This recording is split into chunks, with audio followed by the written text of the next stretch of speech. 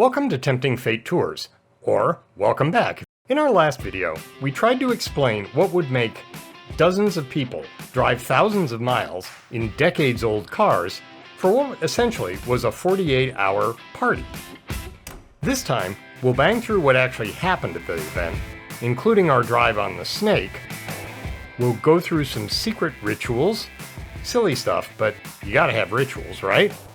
We'll wrap up our trip back, and we're gonna offer some tips for when you do your own road trip, just like ours, but different. We ended with our arrival on Friday at the Biker Bar B&B. And basically, Friday afternoon was a little bit of working on cars, but mostly hanging out, greeting new arrivals as they came, eating pizza, and chatting to catch up on the last year, what was new with the cars, and how the trip had been. Saturday was really the big day. It rained in the morning, but as soon as that ended, everybody gathered on Jim's lawn and dove into the cars for serious. Fueled by bagels, which Jesse had brought from upstate New York, and soft drinks representing regional cuisines from various places that very of us came from. There was cheerwine, which is sort of a toxic-looking red from North Carolina. And there was Moxie, which is kind of indescribable, but beloved by Mainers. One example of why getting together with expert owners who've owned and worked on these cars for years. Amir knew how to get to that one miserable bolt, the last one to hold in the blower fan. So now both Tom and John have working ventilation again, after removing the insulation thoughtfully packed solid into the motors by some resident mice over the years. In the afternoon, we hit the Snake, one of the highlights. Remember those 489 curves in 33 miles? Not everybody did all of them, but let me just say, it's faster than it appears on the video. As usual, Country Life Photography was set up on the correct curve, and they took some amazing pictures of each vehicle as it came down the tight turn. Here's their slideshow of all 10 cars that drove in the order we drove down. And the best part was that no one broke during the entire drive. Unlike last year, when Dinesh heard a death rattle from Stormy Daniel and had to pull over suddenly on a blind curve, of course. At the end of the drive, we gathered at the boat ramp, so we could shoot video of all 10 cars and do the traditional Doya Gao photo with everybody attending to send to our Japanese counterparts. We suspect they likely think we're all completely nuts, but we enjoy the translations of their comments when we send them the photo. After the drive came the barbecue, and the beer, and the live music.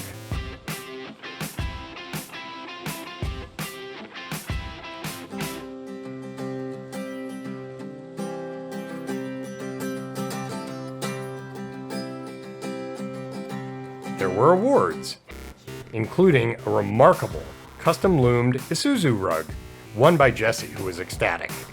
The Isuzu service jacket goes to the attendee who has gone above and beyond. This year, it was awarded to Tim, who did an engine-out transmission swap in his driveway 3 days before the event. Not only that, he converted an automatic car to a manual.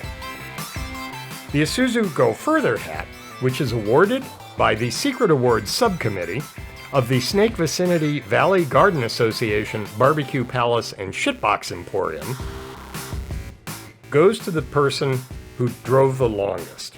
Last year, Billy won because he drove 1,600 miles each way from Colorado in a heavily modified and overheating Impulse RS.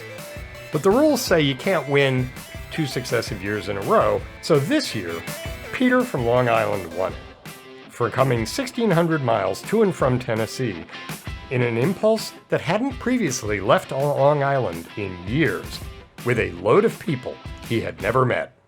Well deserved.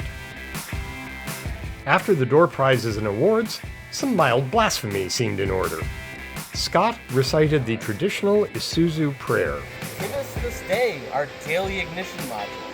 Give us this day our daily ignition module. And after the opening stanza, we'll draw a gentle curtain over the rest of the prayer and the balance of the evening. You can use your imaginations. Some of us may have slept in on Sunday morning, but everybody ended up on Jim's lawn once more to say our goodbyes and hit the road. This year, the Northeast Gang detoured onto the Blue Ridge Parkway from Galax to Roanoke. It added at least 2 hours against Interstate 81, but it was totally well worth it. The beauty of the drive through the Appalachians in Virginia took away a lot of the sting of having to leave. Added to that, it's nice enough that John didn't have to pull the rear windows on the wagon for ventilation. Remember his cars from Quebec? No air conditioning. We hit the hotel after dark, left early the next morning, powered up various interstates amidst a zillion semis, and everybody peeled off, one by one, to get back to their homes. Till next year. So, here's our tips for doing a successful road trip. In our case, of 5 cars, take walkie-talkies. Pick a guy that doesn't let other people by on a road. It's probably also a person who can be up and get it. They're invaluable in communicating with each other, especially when you lose sight of each other. And cars as small as ours frequently got lost amidst the semis and SUVs. Set rules for using the walkie-talkies. Chit-chat about the latest TikTok video, not so much. Practice following each other to understand each driver's rhythm and passing style.